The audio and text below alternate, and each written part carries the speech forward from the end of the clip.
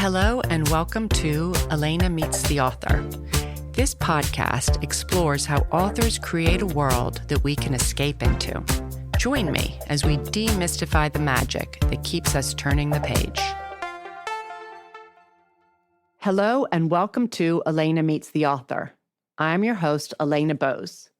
This week, I will be speaking to Virginia Evans, the author of The Correspondent. This book was exactly the book that I wanted to read, even though I didn't know it. It's an epistolary novel. In other words, the novel contains only letters written from one person to another. I have to admit, I'd never read one before, and I wasn't sure it was going to work for me. Too dry, I thought. Too much of one style. How wrong I was. Letter writing is a wonderful vehicle to get to really know a character. It's so honest and personal and funny. And this story has many lovable characters. The main one being the firecracker of a protagonist, 73-year-old Sybil Van Antwerp. Sybil, who can be both infuriating and charming, but never dull, writes very frank letters to friends, family, strangers she has come across one way or another, as well as authors whose work she admires, including Joan Didion and Kazuo Ishiguro. Sybil receives many letters back, which are equally telling. The book takes place over a decade between 2012 and 2022. Sybil, a mother, grandmother, divorcee, retiree, lives alone in a house on the Severn River in Annapolis, Maryland.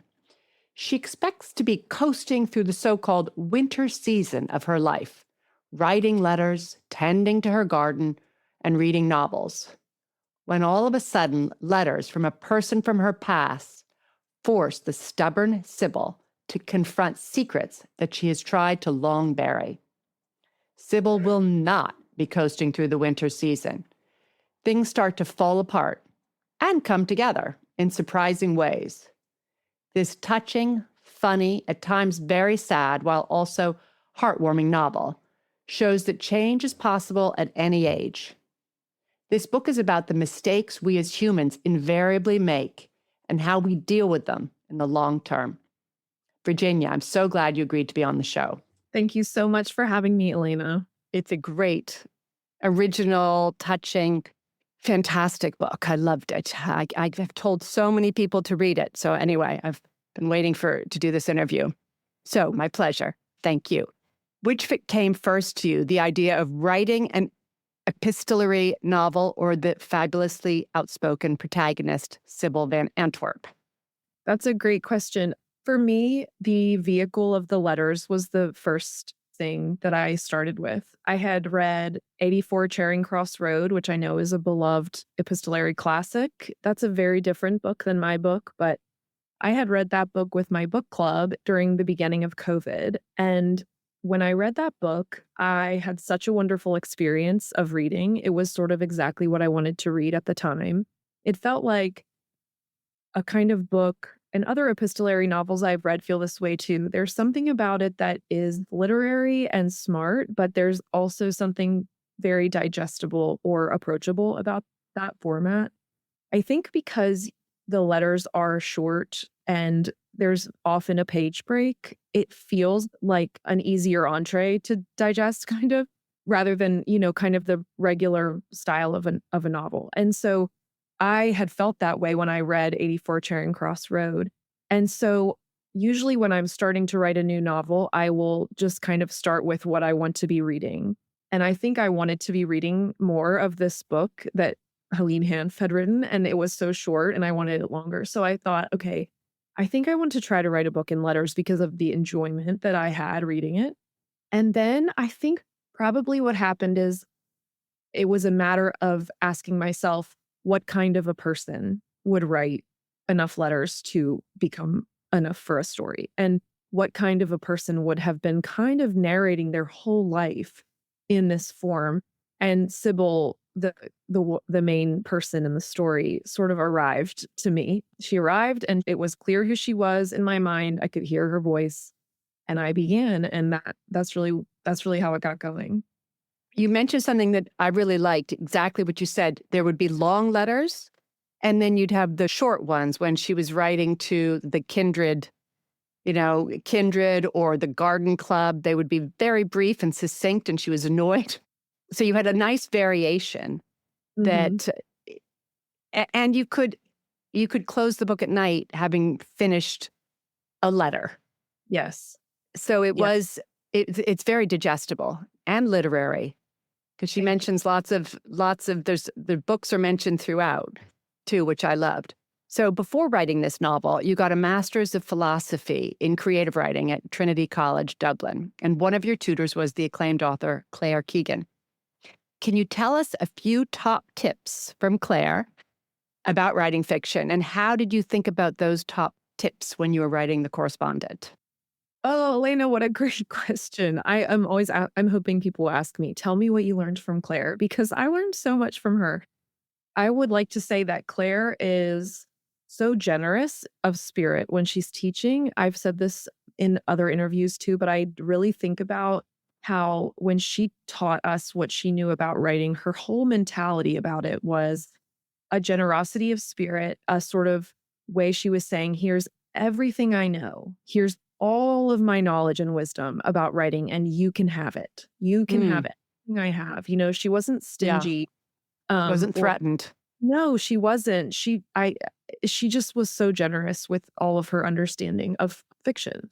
Yeah. And a couple of things, I do kind of feel like Claire lives a little behind my left shoulder when I'm writing now.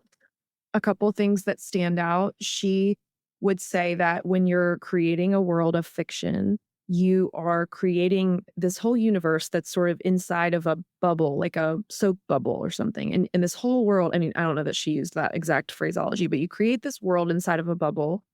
And when your reader comes into the bubble through the text, if you're the short story or the novel or whatever it is, you are bringing them inside of this world. And if there's ever a moment where the reader sits back from the text and says, I don't believe you, you have lost. You've lost it. You've lost the story. The story no longer stands, she would say. And she takes writing fiction very seriously, as do I. But I have always thought about that ever since learning from her. I've thought about that when I write scenes or when I write dialogue or any part of a story. I always think, I'm thinking about my reader, do you believe it? Do you believe what's happening? Would this character do this? Do you believe me? Even if it's a wild thing that happens, even if it's something very dramatic, it still has to be something that the reader believes. And so whenever I'm revising or writing, I'm thinking, do you believe me? Do you believe me? Do you believe me? And so that has been helpful for me. She also that when you enter a story as the writer, you are making an incision in time, in the timeline of this world. And you're deciding, we're starting here at this moment. John McGahern, I believe, has this famous quote that is, every good story starts with a person in a place. And Claire says, you have to decide why you're making the incision in the timeline there. And if that might not be the best place to begin. And so that is helpful for me. Also, that's more of a thing I consider at the beginning, or deciding what the beginning of a story will be.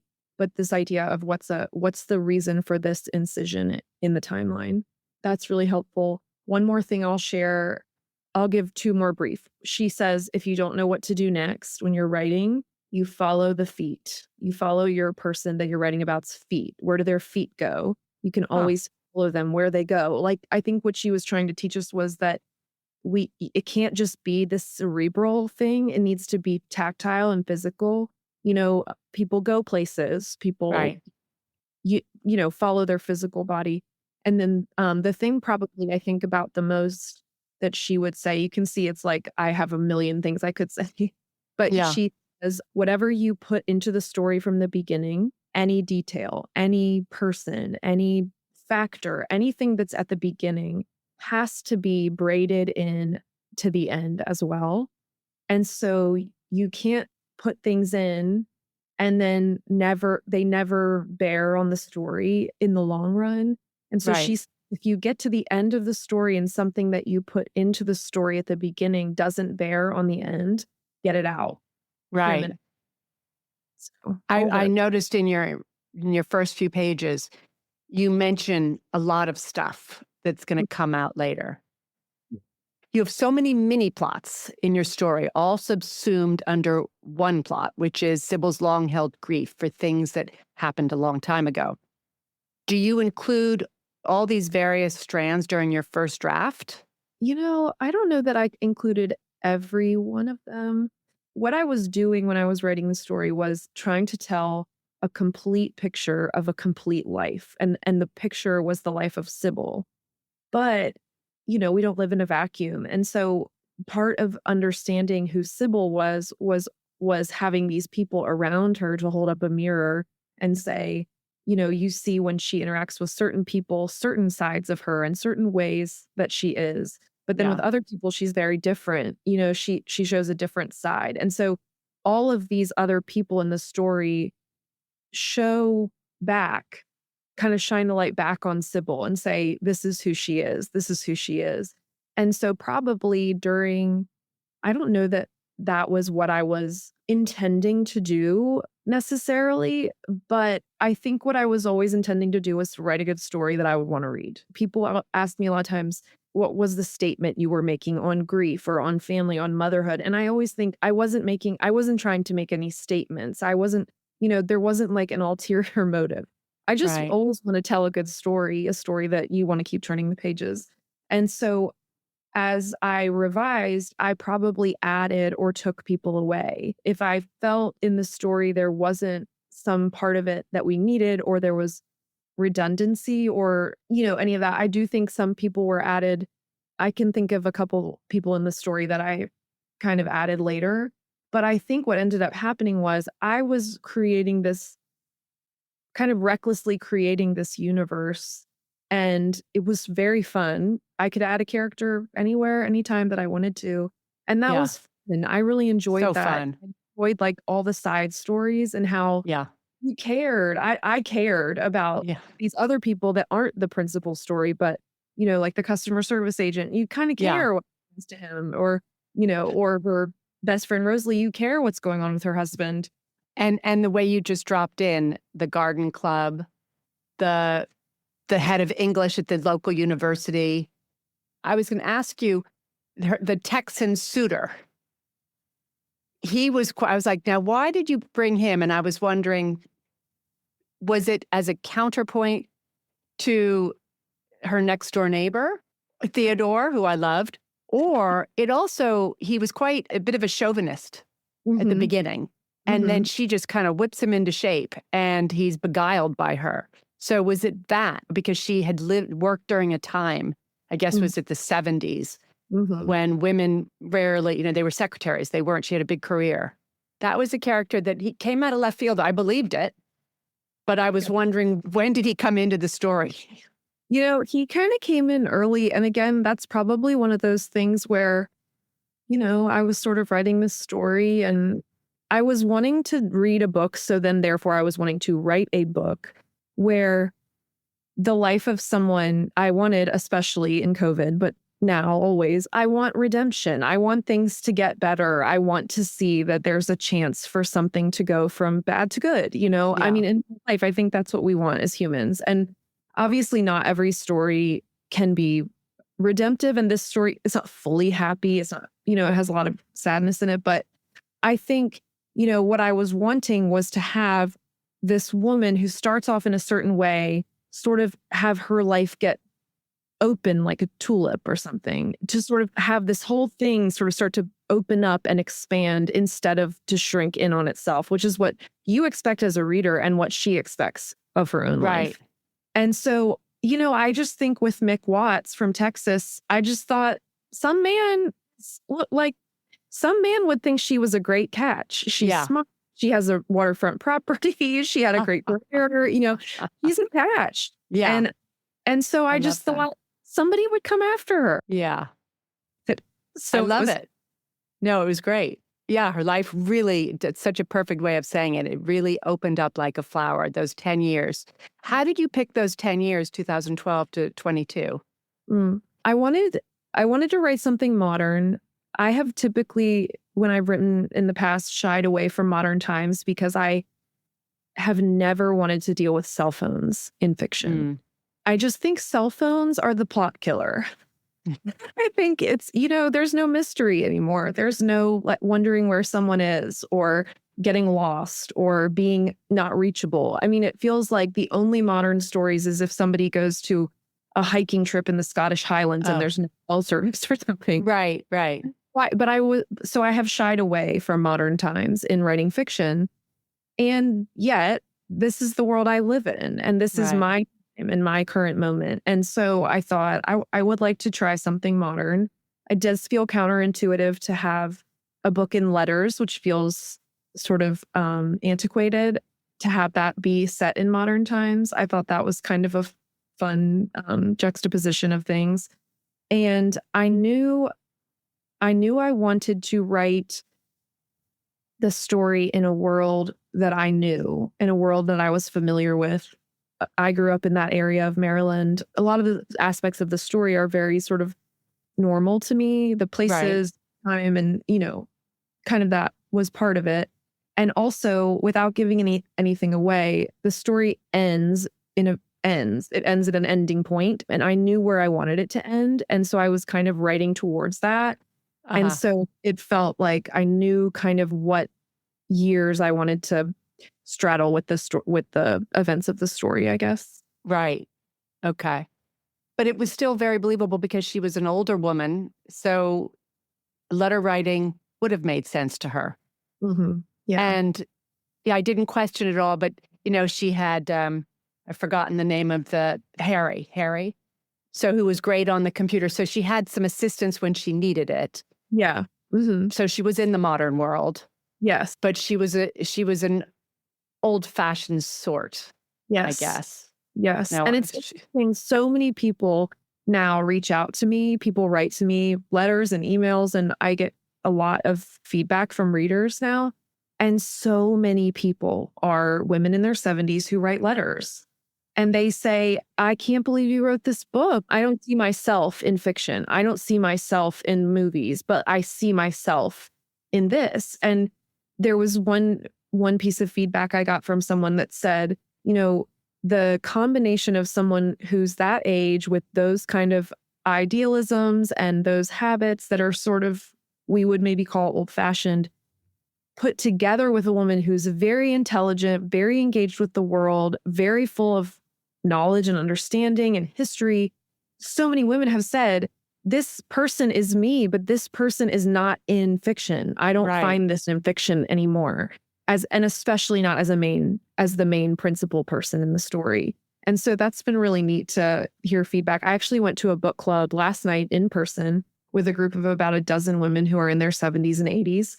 And I had the best time. And all of the way that their feedback was, Sybil would have fit right in. It was just, it was the most fun I've had yet with this whole book Wow. journey.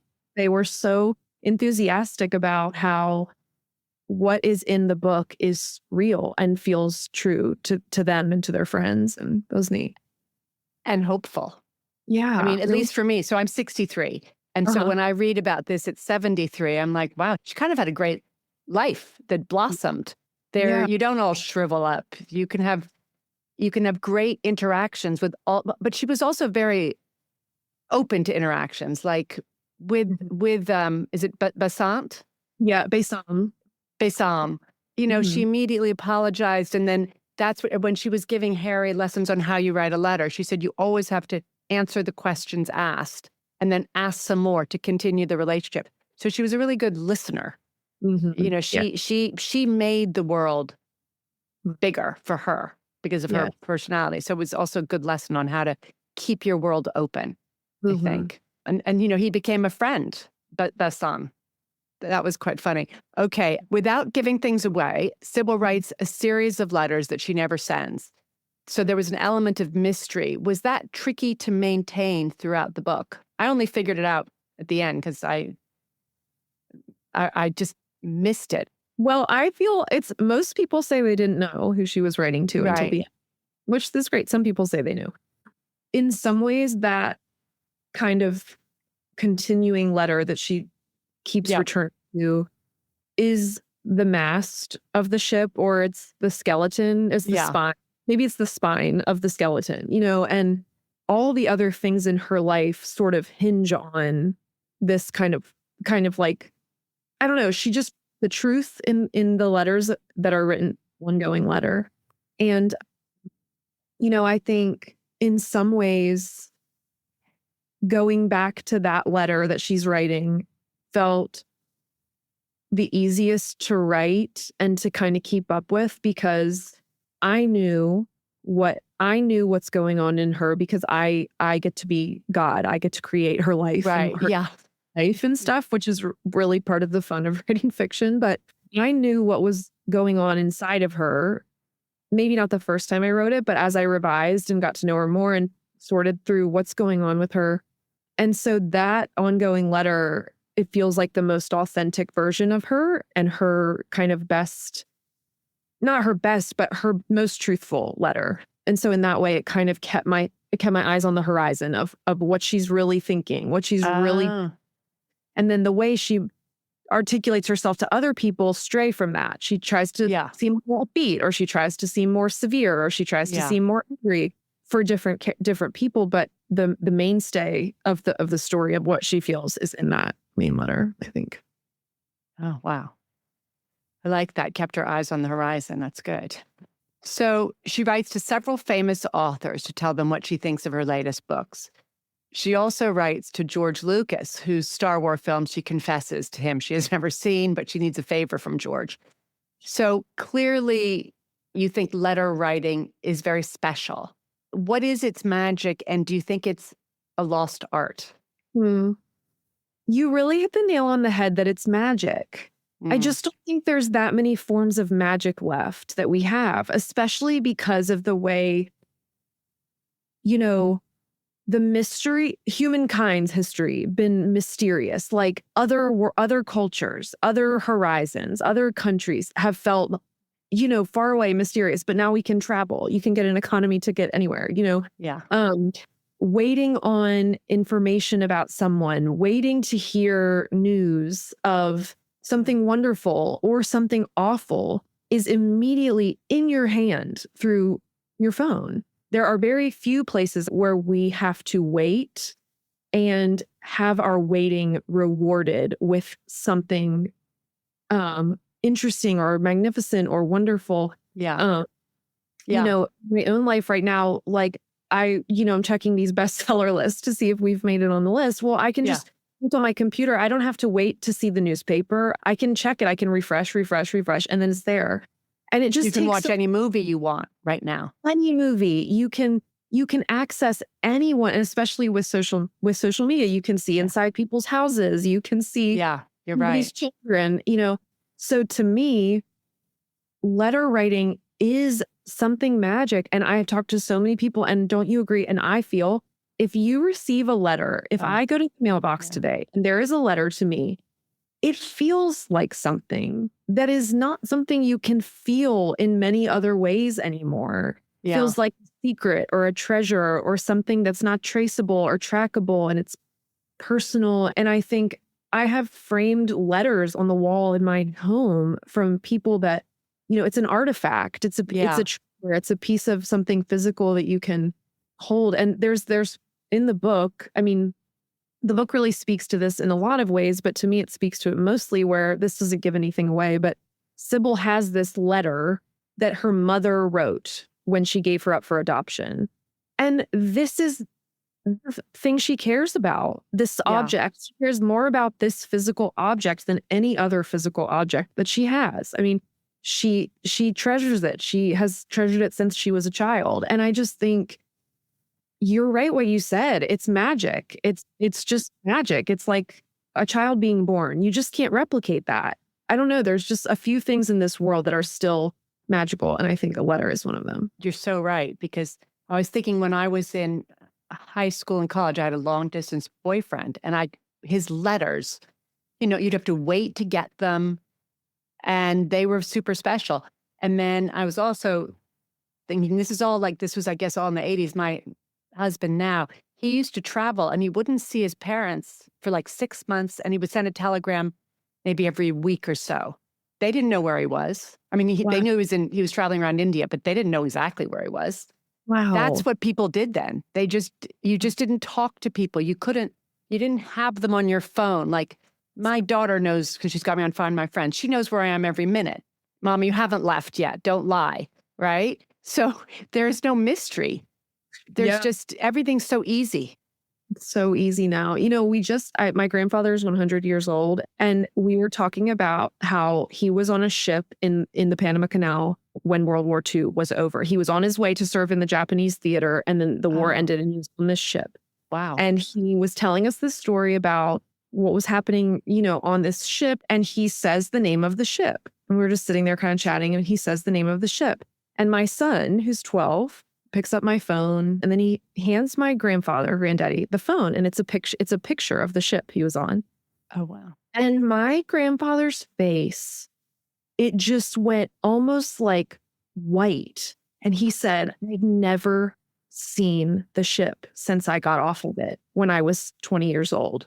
Oh, no. And it's such a good picture of this. Like, this has been something that is lost in his memory. It's only his. And it's this sacred kind of thing. And then my son can just look, it's on Google. Yeah. I mean, in that way, it's beautiful. But there is something about what we have access to now that takes away some of the magic of things. Yeah.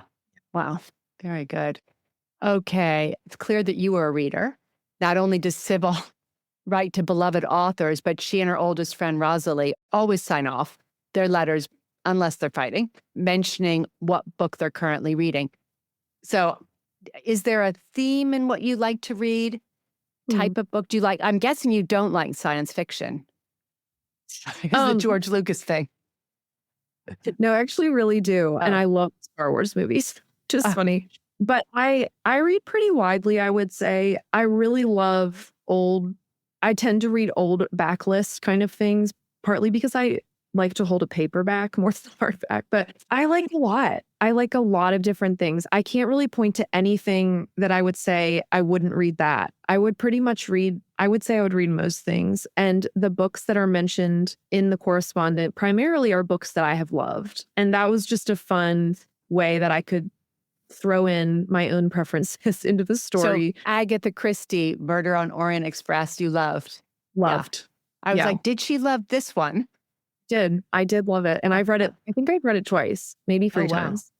I love the classics. I like some science fiction. I wouldn't say I love fantasy, but I have read some that I have enjoyed.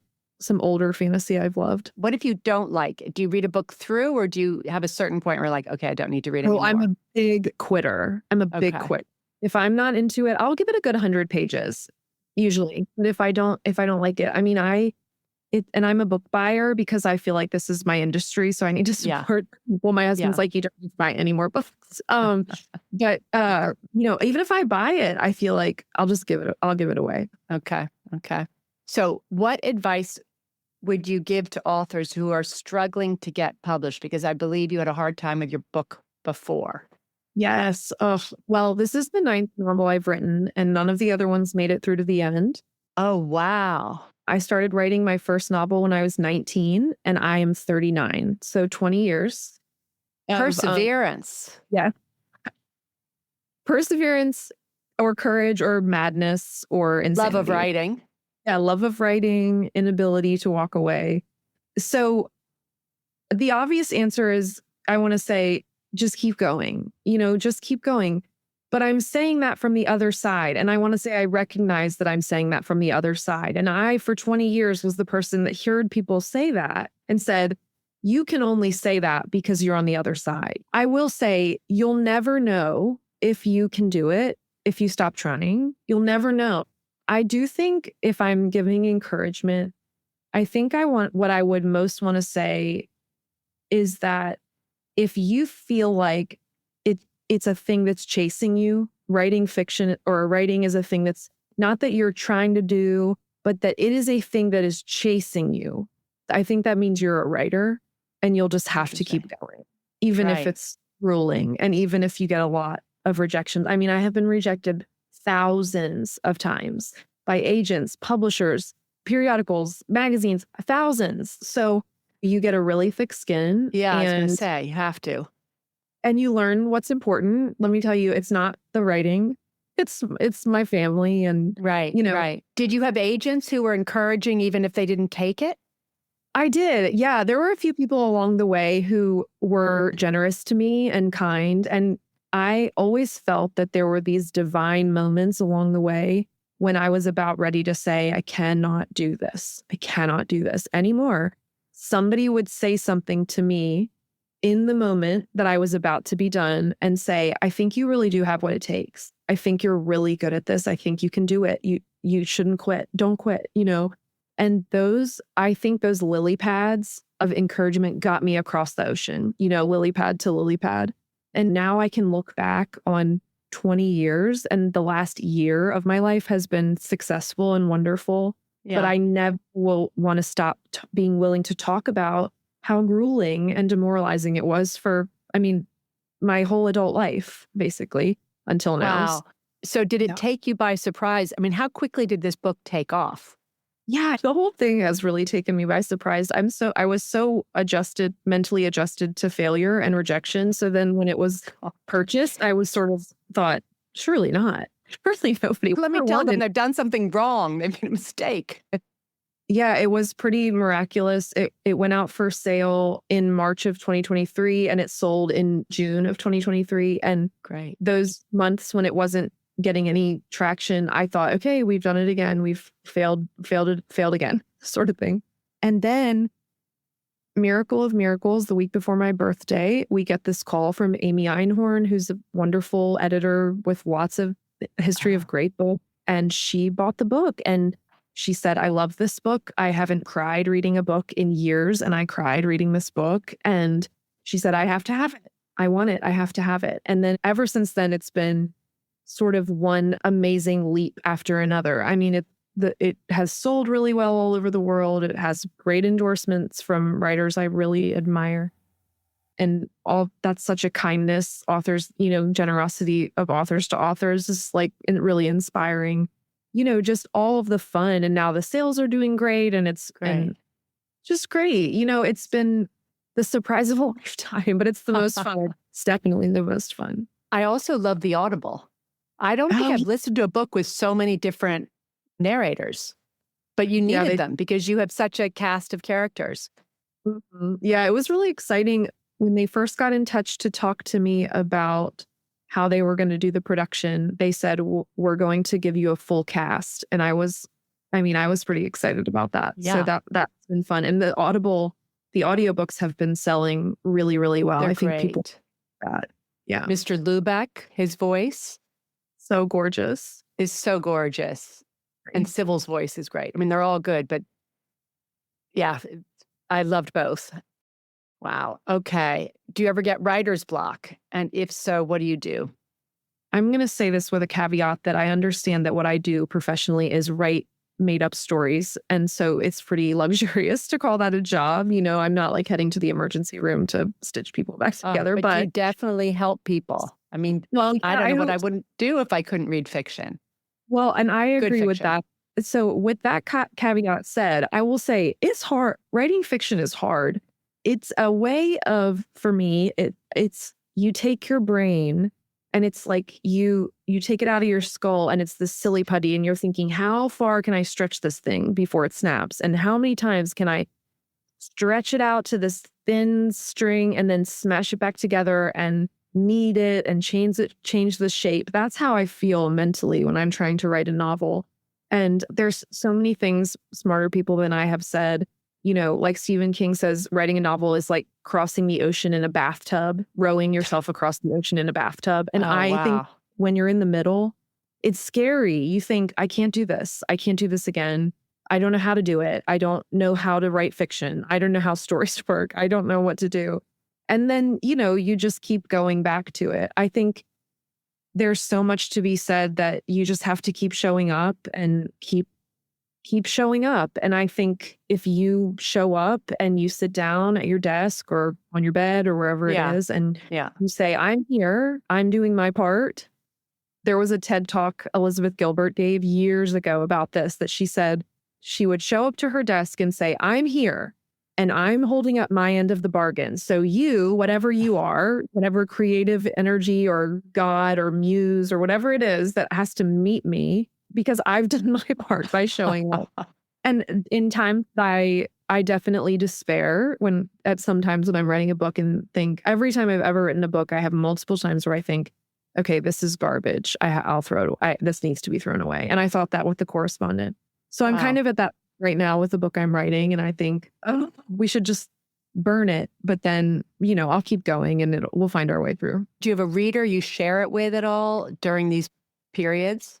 Yes. I don't share it with anyone in the very beginning, but when I finish the first draft, I sort of like the second draft, actually, I'll give it to my agent, who is a dear friend. She's a really good eye for story. And I'll give it to my best friend that I was in school with. She's Irish and her name is Erica, and she reads my stuff first. So both of them will read it and they'll come back to me and they'll say this, that, and the other. And then I will go from there. Oh, that's nice. So you said you've already finished, you're on your second draft of your next project, next book? So they've read it? Right. No, I give them the second draft. Oh, okay. So I'm hoping to be ready to give it to them before Christmas. That's my hope. Oh, wow. Yeah. Exciting. God, it's a lot of work. Yeah.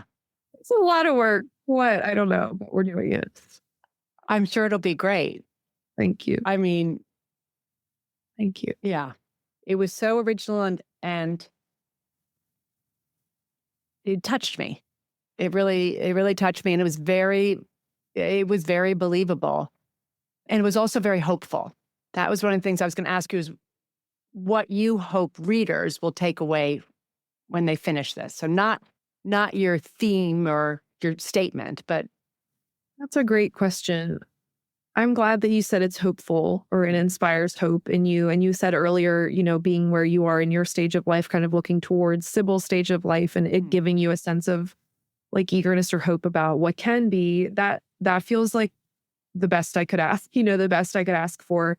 I think I probably mostly hope for that, and kind of in conjunction with that I think the story is about being human and, all that entails, which that entails receiving and being afflicted in pain and dishing out pain and having to deal with that and say you're sorry and go back and redeem, fix, ask for forgiveness. I think most of us do our best, but we also mess up and have to say, I'm sorry, I caused pain and I received pain. And I think the reason the book seems to be resonating from the conversations I've had is that people want to read that a real person can go through life and have pain and cause pain, but still at the end, it's okay. It's okay. It's okay. Mm-hmm. And even it's good, it's good at the end of the day.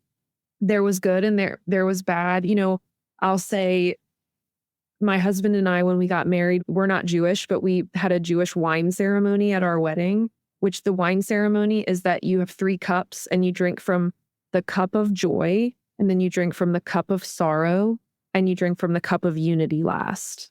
So the ceremony, I'm saying yes to walking through our life together, and we're going to drink this joy. Or together we will drink this joy, this cup of joy that we are dished out. And we will also drink our cup of sorrow, and we will also drink our cup of unity. And I think that kind of idea is what I hope this book kind of feels like, because it's both. It's both. It's all of it together.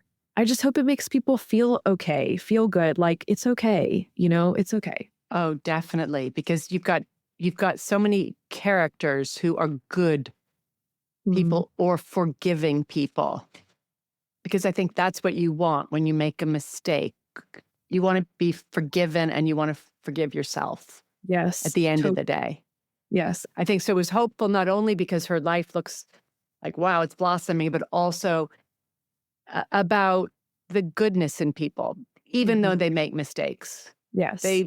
It's a mistake. And I think acknowledging it Yeah. is acknowledging and then asking for it. No, it was great.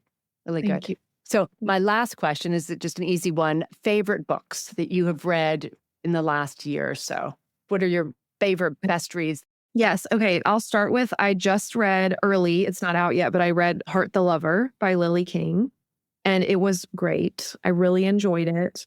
I've read she wrote Writers and Lovers, which was a book I really enjoyed. And then after I finished Heart the Lover, I started reading Euphoria, and I'm loving that too. So I know I just said 3 in 1, but the one I'm saying is Heart the Lover is only one. And I'm speaking with her in person in the end of September. So I'll get to kind of pick her brain, which I'm excited about. Is that going to be on, can people see it on Zoom? I'm not sure if it might be. It's through, I live in Winston-Salem, North Carolina, and it's our local book festival, but it's very big and really well attended and has big authors come. And so they might put it on. Actually, we'll put it on YouTube. I'll put it on my website if they do. Oh, good. Good. Then a book I read in the spring when I was on holiday in Ireland. I like to read where I'm going. I read The Boy from the Sea. That's by Garrett Carr. He's an Irish writer. The Boy from the Sea is just a really phenomenal family, kind of long look at a family with kind of what we were talking about, the mess, the good and the bad. You know, the premise of the book is that this baby washes up on shore in a town in the north of the Republic of Ireland. And this town kind of takes this baby in, and this one family kind of raises the baby, and all of the fallout of things that happen. Wow. It's the most beautiful, absolutely gut-wrenching scenes of water, like ocean boat fisherman life. The description and the vividness of the fishing boat and all these things in this book. I mean, I'll never forget. I can't see it. You know, it's just so beautiful. It's really beautiful. And then I can't believe he lived. This baby lives. Yes, the baby lives. Wow. They sort of find the baby in this basket on the beach, and then you see what happens. And it's just wonderful. It's wonderful. I can't recommend it highly enough. And then I guess the other book I'll recommend is a book that pertains to the book I'm writing. So I keep rereading it because it's part of my new book, is Brideshead Revisited by Evelyn Waugh. I think it's Evelyn. Oh, God. Yeah. Shoot. It's a kind of takes place in the first half of the 20th century, kind of pertaining to the war, World War II, but not, or I think the First World War, actually. Am I finding the dates right? But it's sort of like a tragic love story. And I just keep rereading it. And I want to just put the plug in that Jeremy Irons reads the book for audio, and it is exquisite listening experience. Thank you. And you mentioned this is somehow to do with the book, your project right now. Yes, it has to do with the book I'm writing right now. So, can you tell us how? Well, or is that giving it away? Is that bad luck? I'm writing a book that pertains to the making of a movie, and it's related to this book. So what I'll say. Okay. Sorry. Very, very different. Not the making of a letter. No. The making of a movie. I will never write in letters again. That is a closed door. Oh, God. Okay. Well, thank you, Virginia. This was really great. So great. I knew it would because I've watched some of your other interviews. So I was like, oh, she's really good. But you didn't let me down. So thank you very much. It was an honor to be asked. Really nice to meet you. You too. Thank you for joining me. I love The Correspondent. And as I mentioned at the beginning, I wasn't sure I was going to, despite its rave reviews. But when I got to page 7, and Sybil was writing Anne Patchett, who she had never met, to tell Anne how much she loved State of Wonder, and inviting Anne to come and stay, I thought, who is this woman? I just love Sybil and all the other characters in this novel. I also love chatting with Virginia, hearing how the voice of Sybil just came to her, and hearing about her own wedding ceremony, drinking to joy and sorrow and unity. That is the stuff of life. Well, that's it for today. Thank you, and see you in 2 weeks.